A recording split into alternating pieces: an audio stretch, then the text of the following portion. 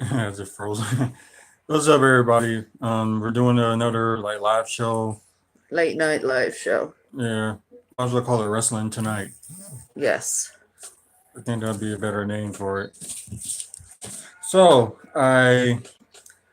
some people, well, I'm gonna say most people, was not happy with this past Monday's Raw. Especially those who were at the show. Yeah, I don't know. I guess I just didn't think it was that bad because I was just enjoying myself. Actually, were paying attention to matches and stuff, just here and there. But I don't know. Maybe some people just had like bad attention spans or something. I don't think it was that. I think it was just, it seemed weak compared to what has been going on in the past. Right. I can also understand that what they had with showing a lot of Baron Corbin, Go take it somewhere. But yeah, America's so funniest. But yeah, with like a lot of time that Baron Corbin had, I can understand why some people were like upset, and I know that was part of it. right.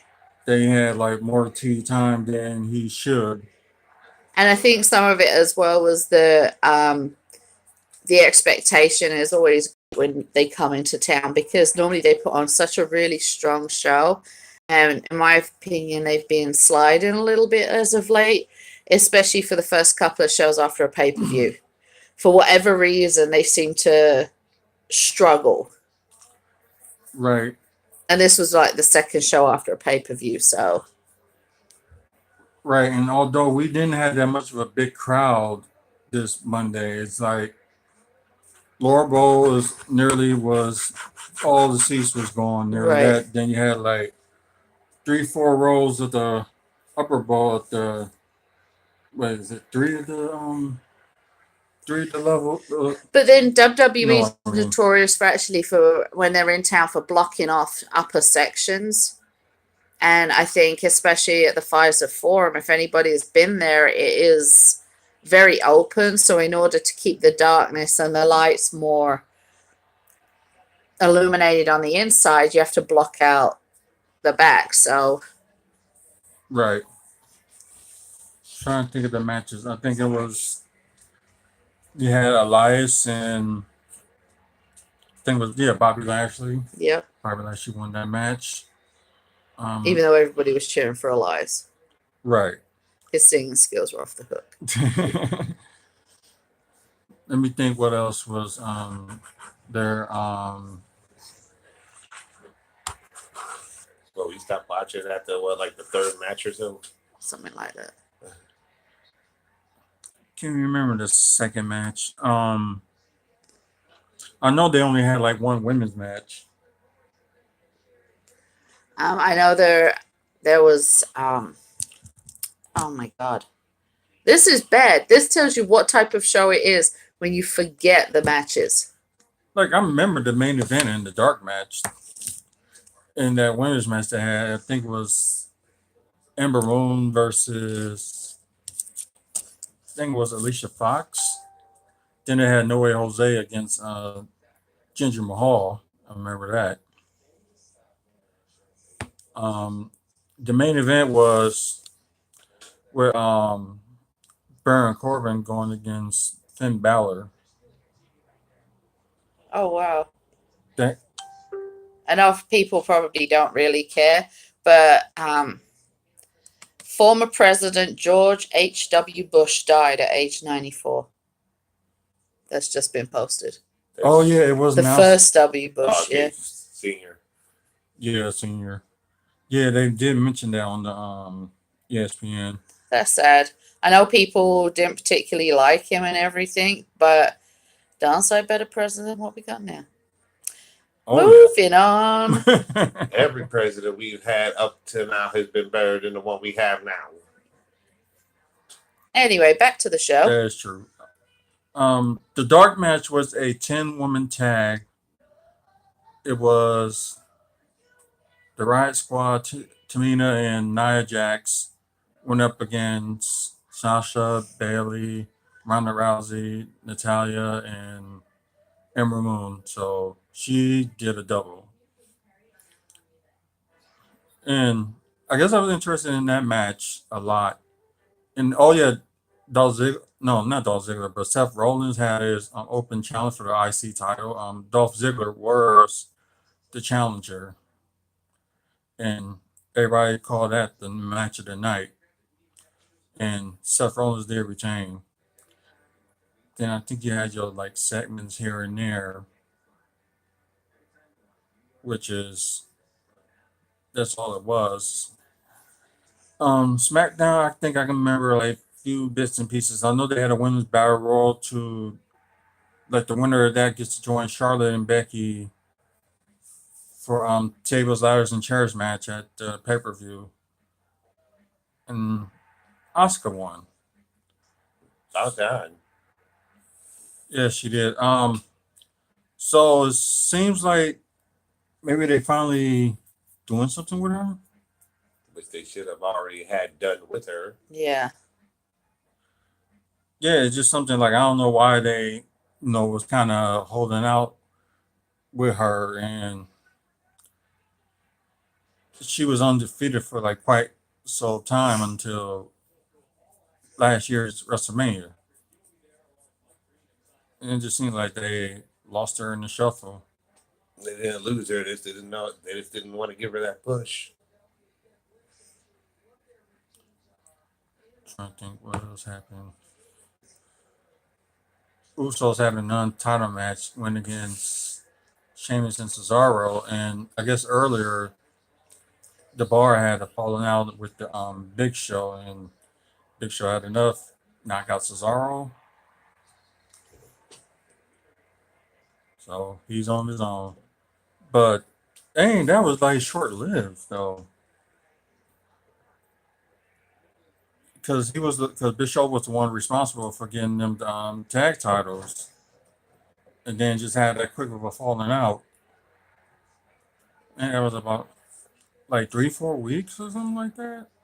I honestly don't know. I can honestly say that wrestling recently has not been holding my attention. It really hasn't. Yeah. Was there anything else? I know there is a few things I just can't remember. Oh yeah, they celebrate Jeff Hardy's 20th anniversary in the WWE, but I think it's better to say it was celebrate 20 years in the business, not with WWE, because he has like, He did leave for a while. yeah, he left like twice. And for those of you that know, you know why. I need to bring that up. Yeah, Simone Joe came out, interrupted, and I guess Jeff Hardy challenged him. He didn't go for it, and he just left. Just mainly Simone Joe was like talking about his demons and what else was going on with his life.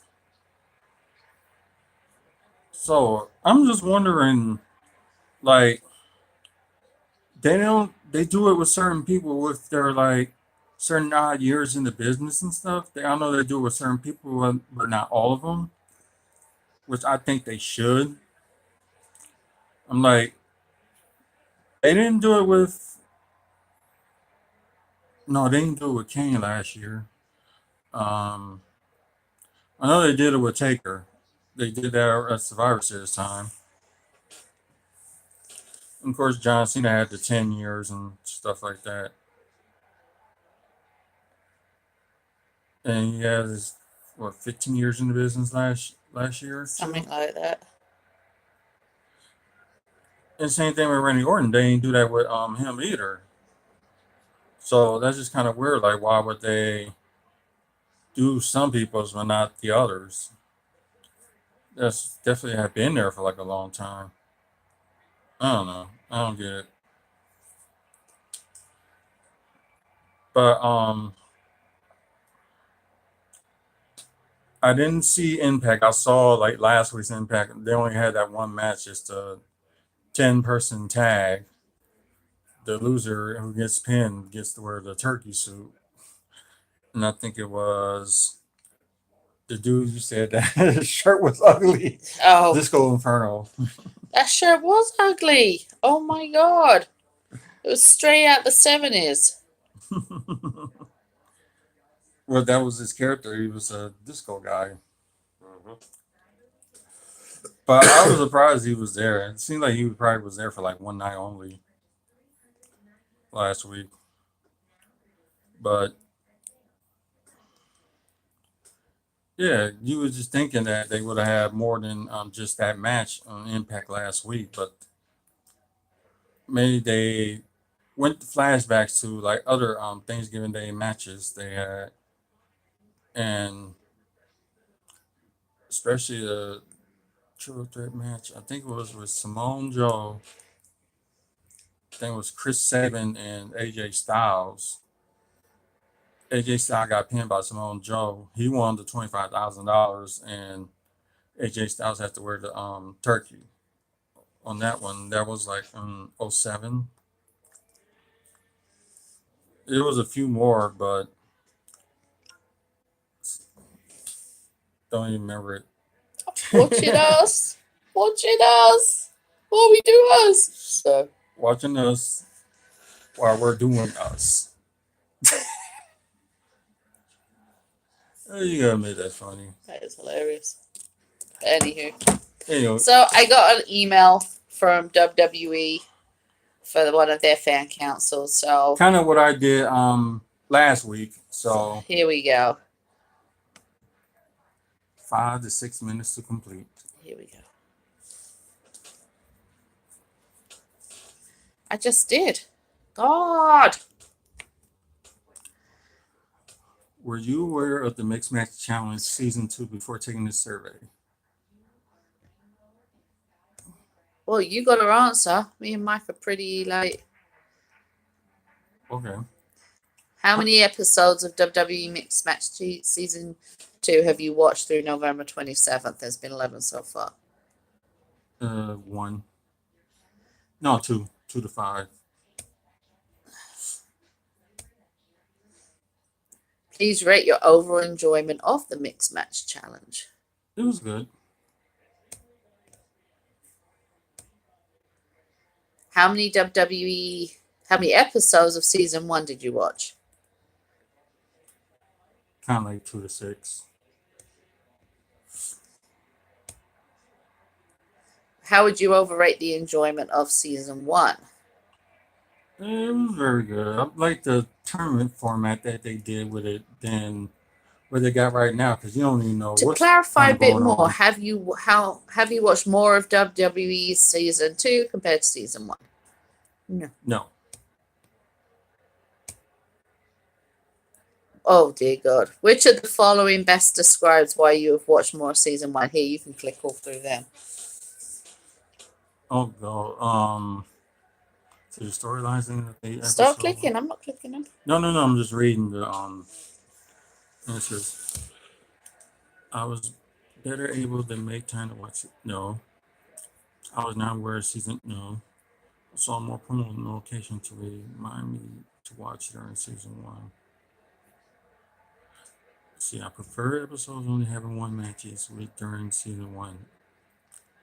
No, I actually like the 2 matches that they do in season 2. Let's see. No. I don't eventually watching Justice more season.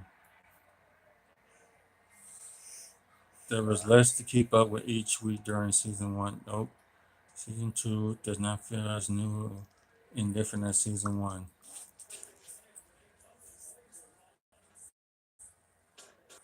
Let's see. First.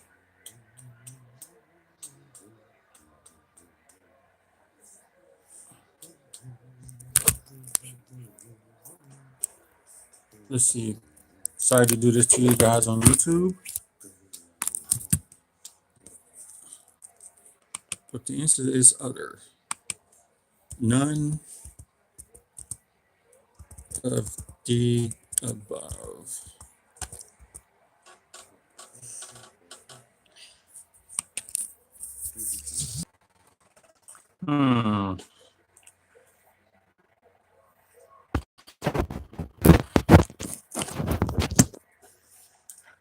Here we go. Let's see.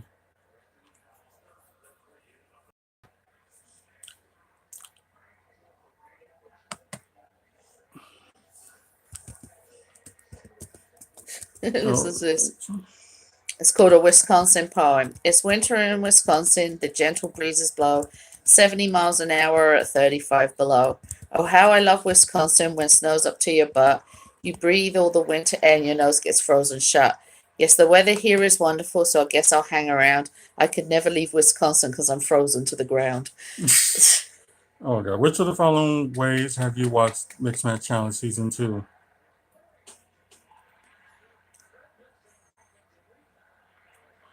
Let's see. It has to be. Yep, on Facebook. Watch more than one day after initially airing of the episode.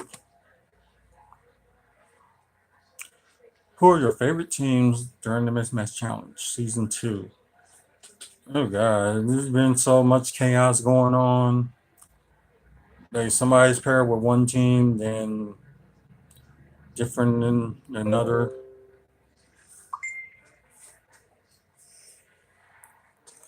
Let's see. Mickey James and Bobby Lashley and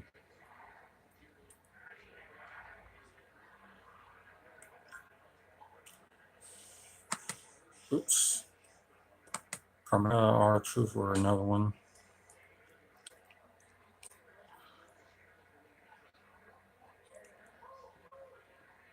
Charlotte Flair. What's been the last couple of weeks they must have teamed up. Probably. Let's see who else.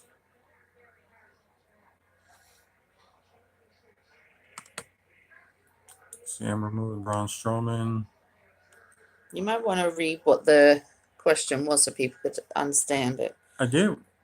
It didn't sound like you did. Yeah, I'll read it again. Who are your favorite teams during WWE Mismatch Challenge Season 2? Oh, it says that some teams may have changed during the event.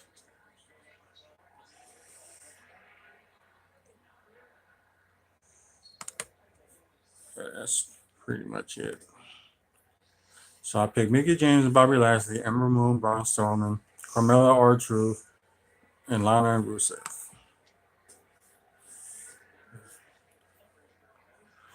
How much do you like or dislike the following aspects of WWE Mismatch Challenge Season 2?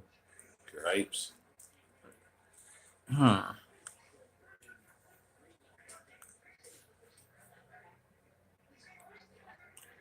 Let's see, the length of the series. Like somewhat. Teams competing in a 14-week round robin event. Kind of weird. I'll just put neither like or dislike. Ability to watch 2 matches each week. Yeah, that's pretty good. Although they have like people on superstars that's wrestling 2 matches in an hour, and they could have more than that. So that just kind of says something. Be able to vote on various parts of the event. I didn't know that, so I'm just gonna put Mindy, get down. neither like or dislike. WWE Superstar social media uses in promoting the upcoming matches. I put like somewhat because it's not enough. Having the final match occurring during the WWE tables. Oh wow, didn't know that. Yeah, and that one I knew. WWE Superstar competing for a covered 30 entry in the upcoming Royal Rumble event. That I knew, and I did like that.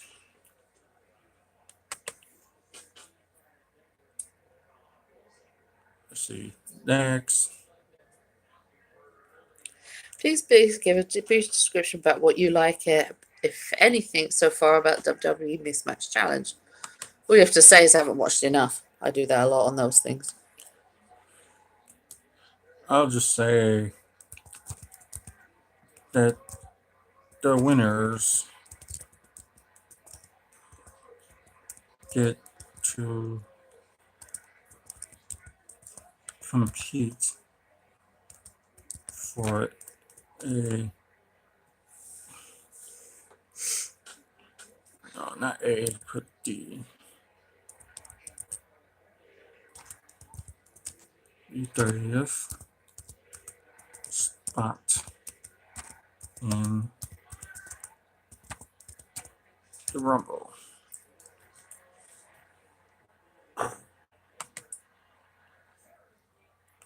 Oh Lord. This again.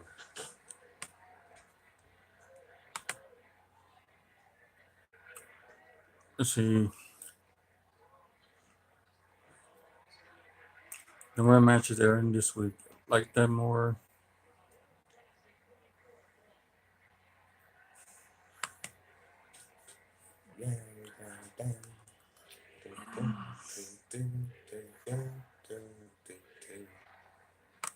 Okay, how the season progressed at single elimination in season 1 and round robin event and season 2.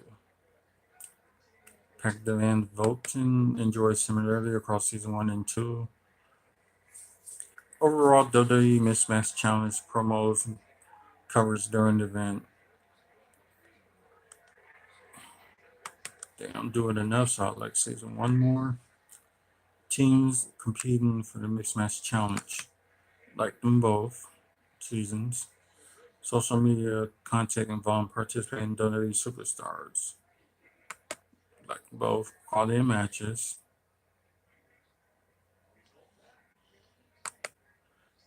See storylines in each episode. Enjoy both. Watch my favorite superstars. Enjoy both. Commentary during the shows. Enjoy both. How likely would you be watch a WWE series like this in the future? I'd say it's somewhat likely. Before taking this survey, please indicate your awareness for the following ways to watch WWE Mismatch Challenge Season 2 episodes. Please select all apply. Let's see, I was aware that I can go back and view it. Season 2 episodes on Facebook. I was aware that the episodes were on WWE Network. I was aware that you can watch it on Facebook Watch Live. I haven't been able to find that. You gotta go to Facebook Watch, and it's like one of those programs that you. Right, but I haven't been able to find it. I know exactly where to go, but I just haven't been able to find it. They probably didn't promote it enough. How did you become aware of the Mismatch Challenge Season 2?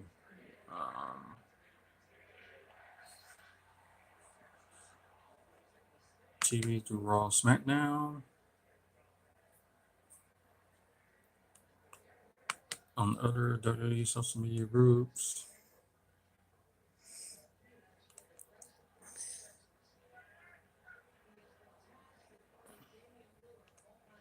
And that's it.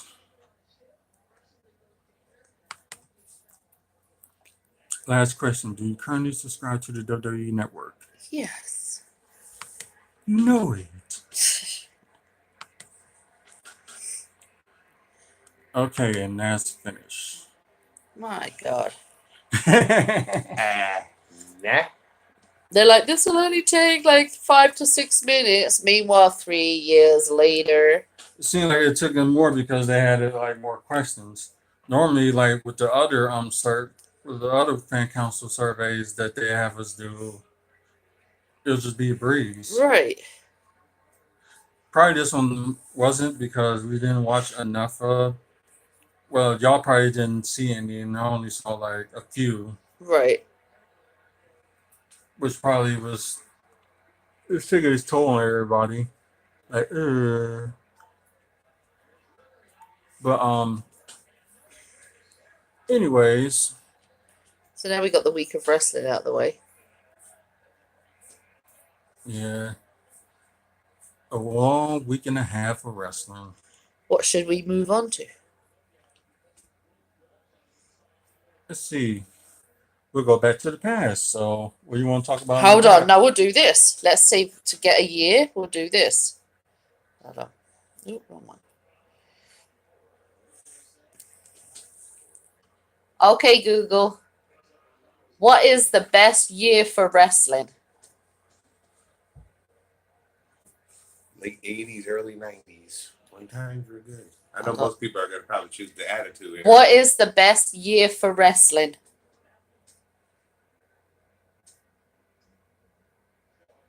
Okay, so it came up with 10 greatest WWE years. So we'll start with one of those and we'll work our way through the list. Sound fair enough? That's I'm interesting. guessing it's going to start at the Attitude Era somewhere. Oh, Probably because nobody, and plus the smarts, can't get over it. No, I am. okay, it's loading. Bear with me. 1988. Oh, what a glorious year that was. Shall I read you what it says? Sure. It says WWE were able to run through much of 87 of the overwhelming success of WrestleMania 3. But when the calendar turned to 88, they were suddenly faced with the daunting prospect of needing to top that year that put them firmly on the top of the wrestling world. Many figured the surest path to doing so involved topping WrestleMania 3. And why is this doing that? Jesus Christ, go away. Instead, WWE completely expanded the scope of their pay-per-views by adding the Royal Rumble and SummerSlam. In the process, to create a yearly structure of major events that the company still adheres to today. So, okay, talk about 1988. The Mega Powers were formed that year. Ultimate Warrior was finally becoming a big figurehead in the company by beating Honky Tonk Man in less than 30 seconds to become the new IC champion. Let's see, the world title was being changed from its classic egg shape to the famous now Eagle Wing title. It says here that the company made the decision to take the belt off of Hogan and put it on Randy Savage. Yeah, that was at WrestleMania 4. That's when the tournament was held for the vacated WWE title. And it's got the Ultimate Warrior, which shocked the world by ending the record Intercontinental Championship reign of Honky Tonk Man at SummerSlam. Demolition would begin a record run of their own by winning the tag titles from Strike Force. Oh, yeah, it was WrestleMania 5. It says at WrestleMania 4. Strike Force was the team of Tito Santana and Rick Martel. So anything else we should know about from that year before I move on? I like when they did the very first, Survivor Series and SummerSlam pay-per-view. So I think that was pretty good. I'm trying to think.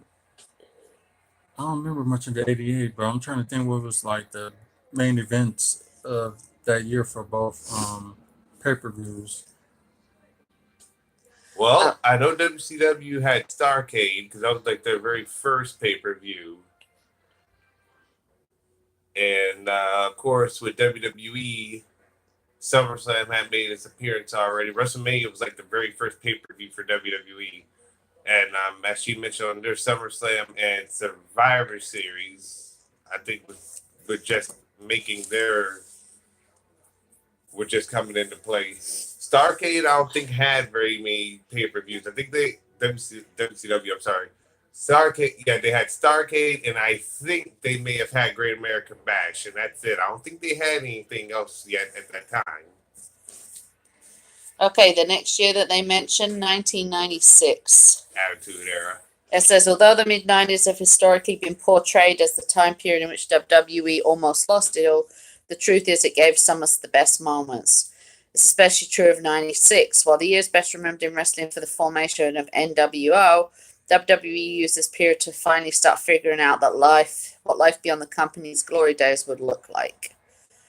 It said, the first time in a long while, the right young talent was beginning to get the spotlight, which led to a series of strong feuds such as Mankind versus Undertaker and Hart versus Austin, as well as significant improvement in general matches, owed largely in part to Shawn Michaels' title victory over Bret Hart. and his subsequent reign as a fighting champion. Yeah, 96 for WWE. That was the Attitude Era. Well, I wouldn't Also say it with- was. It was like slowly beginning to that time. It was also with WCW. They were doing the same thing as you mentioned, the NWO.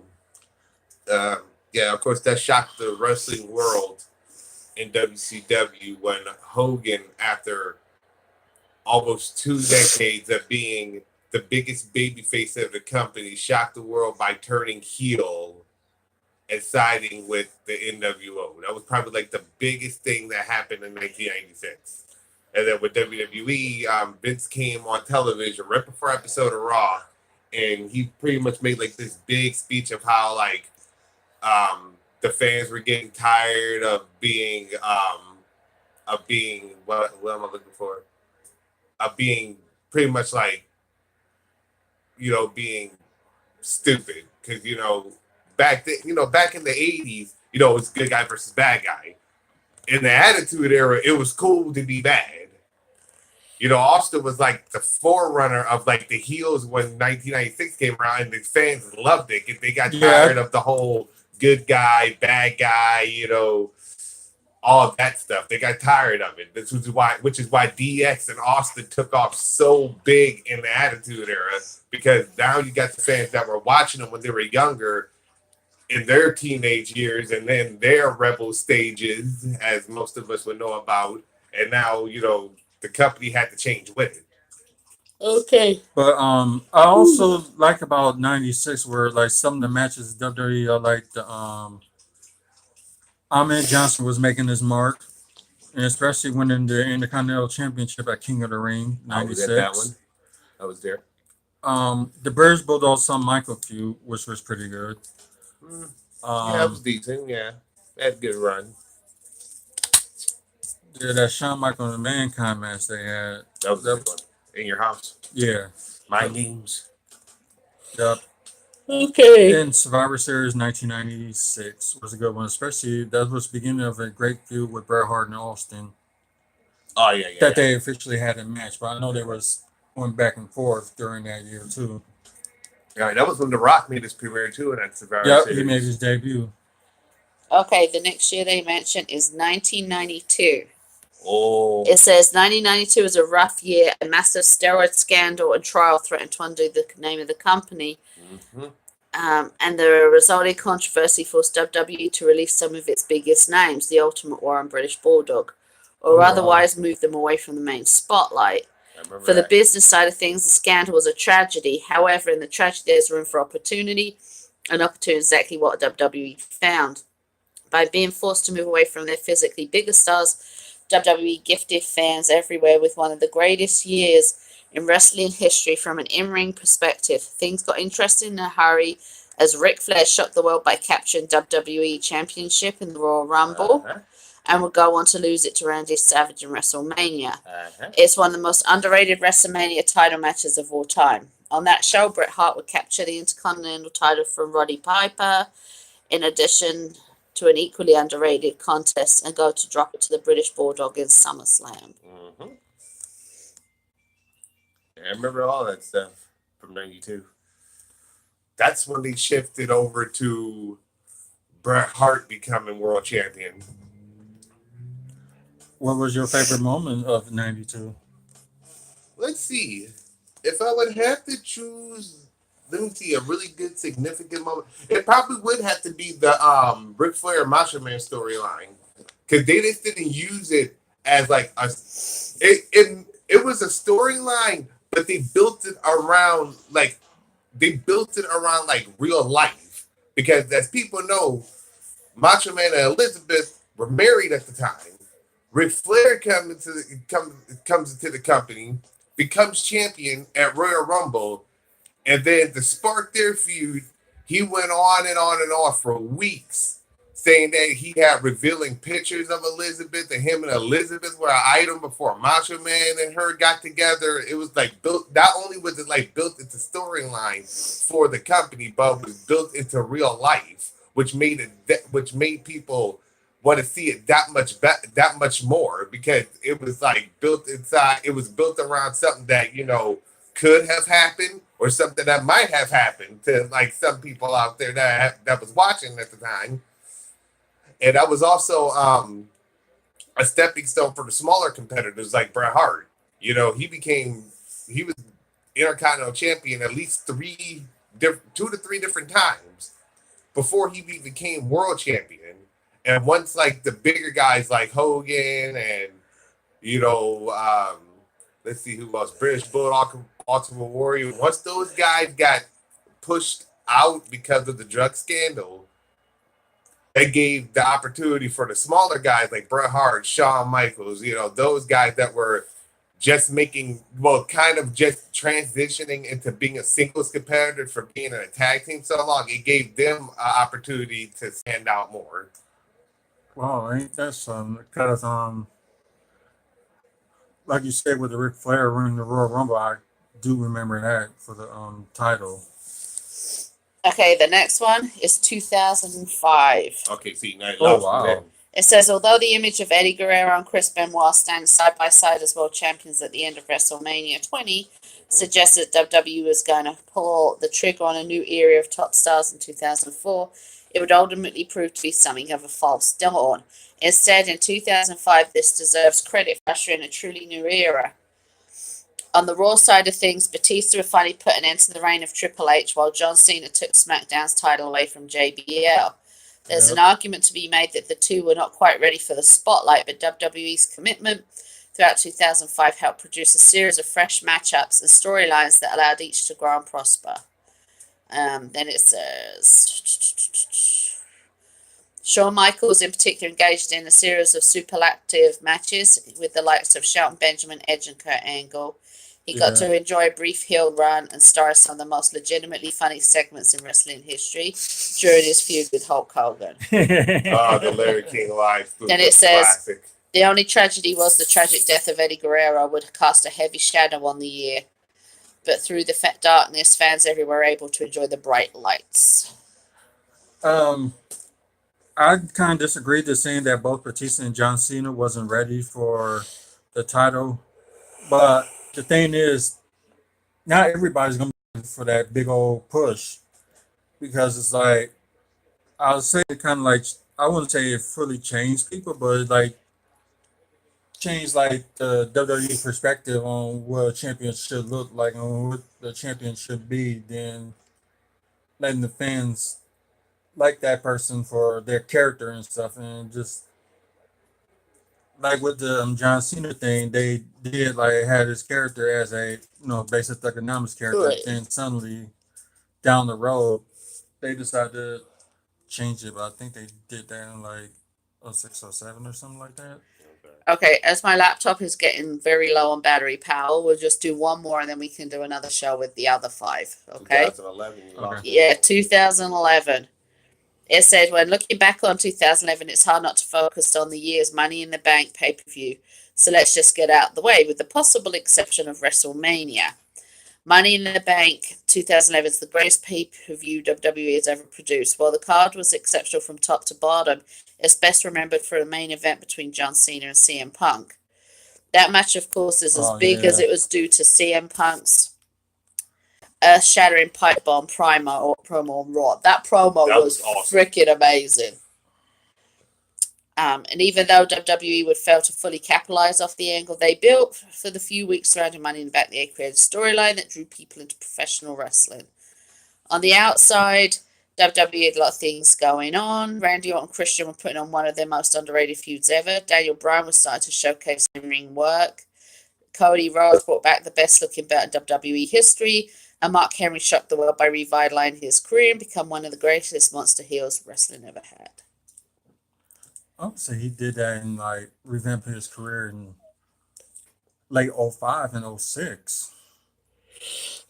That was just my opinion on that. So I guess we're going to end it from here and maybe sometime. We'll do it again on the weekend. Perhaps we'll come back Sunday night and finish off where we started. Yeah, that's fair. So we'll be back on here Sunday, and we promise we will be back on here Sunday. So until then, y'all have a good weekend. Enjoy your wrestling going on. And also one more thing, Ring of Honor will be moving.